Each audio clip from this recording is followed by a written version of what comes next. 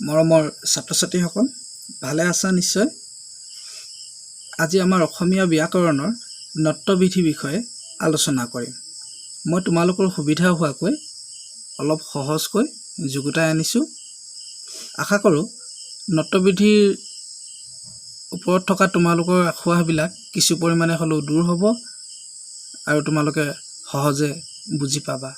গতিকে আহা আমি আৰম্ভ কৰোঁ।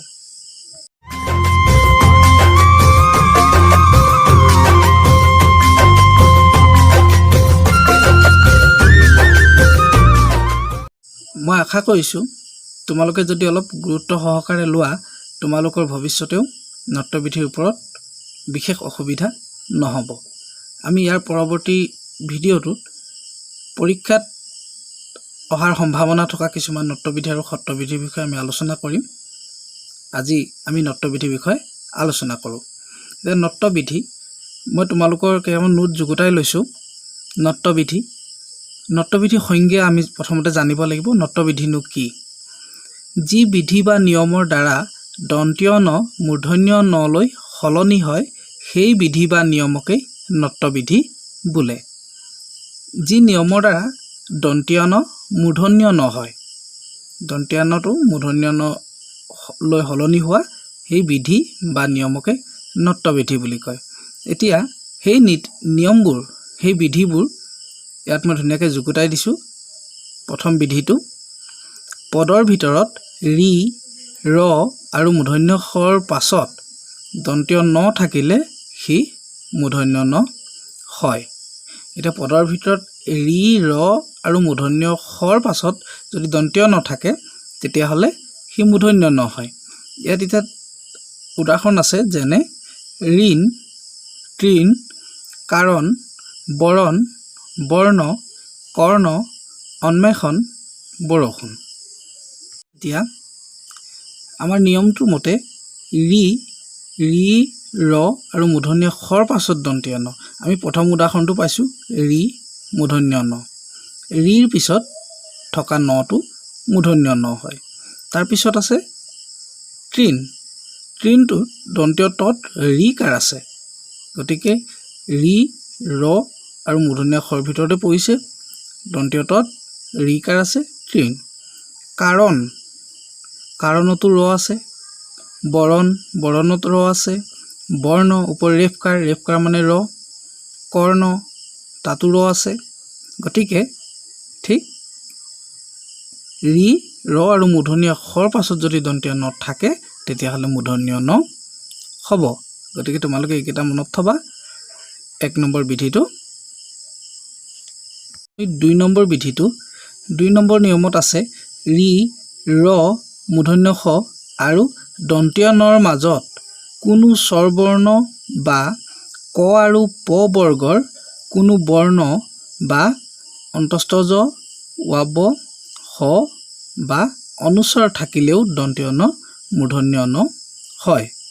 অন্তস্থ জ, ৱ, হ, অনুস্বৰ ৰি, ৰ, খ আৰু দন্তীয় নৰ মাজত যদি থাকে বা ক আৰু প বৰ্গৰ কোনো বৰ্ণ যদি থাকে তেতিয়াহ'লে কি হ'ব? দন্তীয় নটো মূৰ্ধন্য ন হ'ব।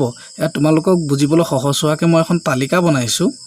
আমাক দিছে নিয়মত ৰি, ৰ, মূৰ্ধন্য খ আৰু দন্তীয়া নৰ মাজত, গতিকে ৰি, ৰ, মূৰ্ধন্য খ আৰু দন্তীয়া ন আমি দি লৈছোঁ। তাৰপিছত দিছে কোনো স্বৰবৰ্ণখিনি তোমালোকে জানাই। ক বৰ্গ দিছোঁ। ক বৰ্গ মানে বুজি পাইছা নহয়? ক, খ, গ, ঘ, ঙ এইকেইটা ক বৰ্গ। প বৰ্গ বুলি বুজি পাইছা এতিয়া? প, ফ, ব, ভ, ম এইকেইটা প বৰ্গ। তাৰপিছত আছে অন্তস্থ জ, ৱ, হ আৰু অনুস্বৰ। আমি ধুনীয়াকৈ তালিকাখন বনাই লৈছোঁ। আমাক এতিয়া নিয়মটোত কৈছে কি এই চাৰিটাৰ মাজত এইকেইটা যদি থাকিলে দন্তীয়া নটো মূৰ্ধন্য ন হ'ব। দন্তীয় ন মূৰ্ধন্য ন হ'ব। এতিয়া ৰি, ৰ, মূৰ্ধন্য খ আৰু দন্তীয় নৰ মাজত যদি এইকেইটা থাকে তেতিয়াহ'লে মূৰ্ধন্য ন হ'ব। এতিয়া আমি উদাহৰণ চাম। কৃপণত ৰি আছে, ইয়াত কৈছে কি ৰি ৰ মূৰ্ধন্য ষ আৰু দন্ত্যানৰ মাজত যদি কোনো স্বৰবৰ্ণ বা ক আৰু প বৰ্গৰ কোনো বৰ্ণ থাকে বুলি কৈছে। ইয়াত আছে ৰি আছে, ৰিকাৰ আছে, ৰিকাৰৰ মাজত কি আছে প বৰ্গৰ আছে। ইয়াত চাবা প বৰ্গ, ৰিকাৰৰ মাজত প বৰ্গ আছে, গতিকে নটো কি হ'ব মূৰ্ধন্য। ৰাৱণ ও আছে, ৰৰ মাজত ও আছে ৰাৱণ। গ্ৰহণ ৰ আছে, ৰকাৰ, ৰৰ পিছত কি আছে হ আছে, গতিকে নটো মূৰ্ধন্য ন। কৰুণ ঠিক তেনেকৈ। গতিকে এই তালিকাখন তোমালোকে মনত থবলৈ যত্ন কৰিবা, বুজিবলৈ সহজ হ'ব। ৰি ৰ মূৰ্ধন্য ষ আৰু দন্ত্যানৰ মাজত যদি কোনো স্বৰবৰ্ণ ক বৰ্গ, প বৰ্গ, অন্তস্থ জ, ৱ, হ বা অনুস্বাৰ যদি থাকে তেতিয়া কি হ'ব দন্ত্য ন মূৰ্ধন্য ন হ'ব। পিছত চোৱা ৩ নম্বৰ নিয়মটো। মূৰ্ধন্যত বৰ্গৰ কোনো বৰ্ণৰ লগত যুক্ত হ'লে দন্ত্য ন মূৰ্ধন্য ন হয়। মূৰ্ধন্য ত বৰ্গ বুলি ক'লে গম পাইছা নহয়, মূৰ্ধন্য ত, মূৰ্ধন্য থ, মূৰ্ধন্য দ, মূৰ্ধন্য ধ, মূৰ্ধন্য ন। গতিকে এইকেইটা বৰ্ণৰ কোনো বৰ্ণৰ লগত যদি যুক্ত হয় দন্ত্য ন তেতিয়া কি হ'ব মূৰ্ধন্য ন হ'ব। যেনে ঘণ্টা মূৰ্ধন্য তৰ লগত যুক্ত হৈছে, গতিকে মূৰ্ধন্য ন হ'ব।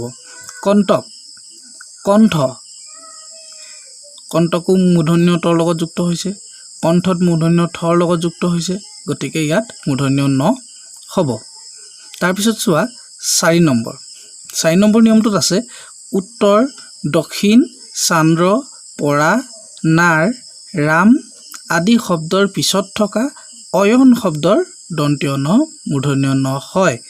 ইয়াত দিছে এই শব্দকেইটা উত্তৰ, দক্ষিণ, চান্দ্ৰ, পৰা, নাৰ, ৰাম এই শব্দকেইটাৰ পিছত থকা যি অয়ন শব্দ, তাৰ লগত যোগ হৈ থকা অয়ন শব্দৰ যি দন্ত্য ন আছে দন্ত্য ন মূৰ্ধন্য ন হয়। যেনে উত্তৰায়ণ, উত্তৰ অয়ন উত্তৰায়ণ, চান্দ্ৰায়ণ, পৰায়ণ, নাৰায়ণ, ৰামায়ণ ইত্যাদি। এতিয়া চান্দ্ৰ যোগ অয়ন চান্দ্ৰায়ণ, পৰায়ণ, নাৰায়ণ আদি কৰি এনেকৈ মূৰ্ধন্য ন হ'ব। তাৰপিছত চোৱা ৫ নম্বৰ নিয়মটো। ৫ নম্বৰ নিয়মত আছে প্ৰ, পূৰ্ব, অপৰ আদিৰ পিছত থকা অহ্ন শব্দৰ দন্ত্য ন মূৰ্ধন্য ন হয়। প্ৰ, পূৰ্ব, অপৰ আদিৰ পিছত থকা যি অহ্ন শব্দ তাৰ দন্ত্য নটো মূৰ্ধন্য ন হয়। ইয়াৰ লগত যদি অহ্ন শব্দ যোগ হয় অহ্ন শব্দৰ দন্ত্য ন মূৰ্ধন্য ন হয়। যেনে প্ৰাহ্ন, পূৰ্বাহ্ন, অপৰাহ্ন। গতিকে বুজি পাইছা নহয়। ইয়াৰ পিছতে চাওঁ আমি ৬ নম্বৰত নিৰ, প্ৰ, পৰা, পৰি উপসৰ্গৰ পাছত দন্ত্য ন মূৰ্ধন্য ন হয়। নিৰ, প্ৰ, পৰা, পৰি উপসৰ্গৰ পাছত থকা দন্ত্য ন বিলাক মূৰ্ধন্য ন হয়।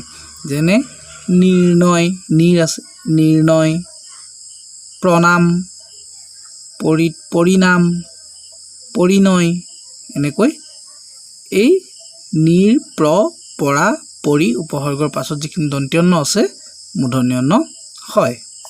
৭ নম্বৰটো চোৱা অক্ষ শব্দৰ পিছত থকা উহিনী শব্দৰ দন্ত্য ন আৰু সূৰ্প শব্দৰ পিছত থকা ন শব্দৰ দন্ত্য ন মূৰ্ধন্য ন হয়। অক্ষ শব্দৰ পিছত থকা উহিনী শব্দ অক্ষৌহিনী, সূৰ্পনখা সূৰ্প শব্দৰ পিছত থকা ন শব্দ সূৰ্পনখা, ইয়াত থকা ন বিলাক মূৰ্ধন্য ন হয়। শব্দ দুটা মনত থবা, অক্ষৰ পিছত থকা উহিনী শব্দ আৰু সূৰ্পৰ পিছত থকা ন শব্দ। ইয়াত এইটো দন্ত্য নৰ দৰে দেখাইছে দেই, এইটো মূৰ্ধন্য ন অক্ষৌহিনী। এতিয়া চোৱা ৮ নম্বৰ। কিছুমান শব্দ স্বাভাৱিকতেই মূৰ্ধন্য ন হয়। কিছুমান শব্দ স্বাভাৱিকতে মূৰ্ধন্য ন থাকে। যেনে তোমালোকে চোৱা বাণিজ্য, বণিক, ঘূণ, কণ, পণ, পানী, গুণ, গণ, শোণিত, শণ, বাণী, কণিকা, অনু, বেনি, বান, বেনু, গৌণ, বীণা, নিপুণ, কল্যাণ, লৱণ, কোণ, মণি আৰু পুণ্য। এই শব্দখিনি তোমালোকে মনত থ'ব লাগিব, কাৰণ এই শব্দখিনিত মূৰ্ধন্য ন স্বাভাৱিকতেই হয়। কিছুমান শব্দ আছে যিবিলাক শব্দত মূৰ্ধন্য ন নহয়। এতিয়া মূৰ্ধন্য ন নোহোৱা শব্দবিলাকৰ বিষয়ে তোমালোকে যুগুতাই আনি দিছোঁ মই, গতিকে তোমালোকে এইখিনিও চাই লোৱা। 1 নম্বৰত আছে দন্তীয় ত বৰ্গৰ লগত যোগ হ'লে মূৰ্ধন্য ন নহয়। আগতে আমি পাইছিলোঁ মূৰ্ধন্য ত বৰ্গৰ লগত যোগ হ'লে মূৰ্ধন্য ন হয়, কিন্তু এতিয়া পাইছোঁ দন্তীয় ত বৰ্গৰ লগত যোগ হ'লে মূৰ্ধন্য ন নহয়। যেনে নন্দন, ন দৰ লগত যোগ হৈছে দন্তীয় দ, গতিকে দন্তীয় ত বৰ্গৰে হয় দন্তীয় দ। নন্দন, চন্দন, বৃন্দাবন, গতিকে এইবিলাকত মূৰ্ধন্য ন নহয়। তাৰপিছত 2 নম্বৰত আছে বিদেশী শব্দ বা নামত নট্যবিধিৰ নিয়মবিলাক নাখাটে। যিবিলাক বিদেশী শব্দ বা নাম আছে তাত নট্যবিধিৰ নিয়ম নাখাটে। যেনে কোৰাণ, ইউৰেনাছ, জাৰ্মান ইত্যাদি এই বিদেশী শব্দবিলাকত নট্যবিধিৰ নিয়ম নাখাটে।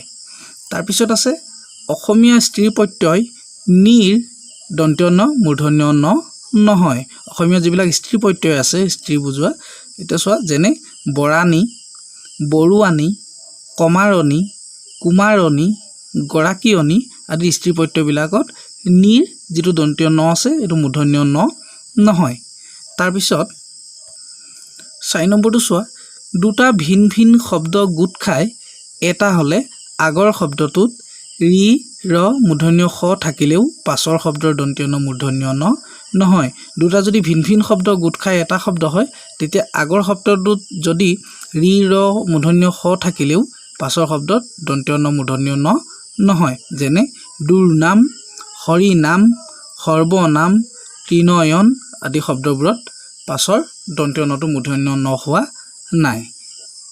আজি তোমালোকক নট্যবিধিৰ এই বিধি বা নিয়মকেইটা মই তোমালোকলৈ যুগুতাই দিলোঁ। আশা কৰিছোঁ তোমালোকে ভাল ধৰণে বুজি পাইছা আৰু পৰাপক্ষত তোমালোকে বহীত এইবিলাক নোট কৰি যাবলৈ চেষ্টা কৰিবা, তেতিয়া তোমালোকৰ ভৱিষ্যতেও চাই ল'বলৈ সুবিধা হ'ব। ইয়াৰ পিছৰ ভিডিঅ'টোত আমি সত্ৰবিধিৰ বিষয়ে আলোচনা কৰিম, গতিকে তোমালোকে চাবলৈ নাপাহৰিবা।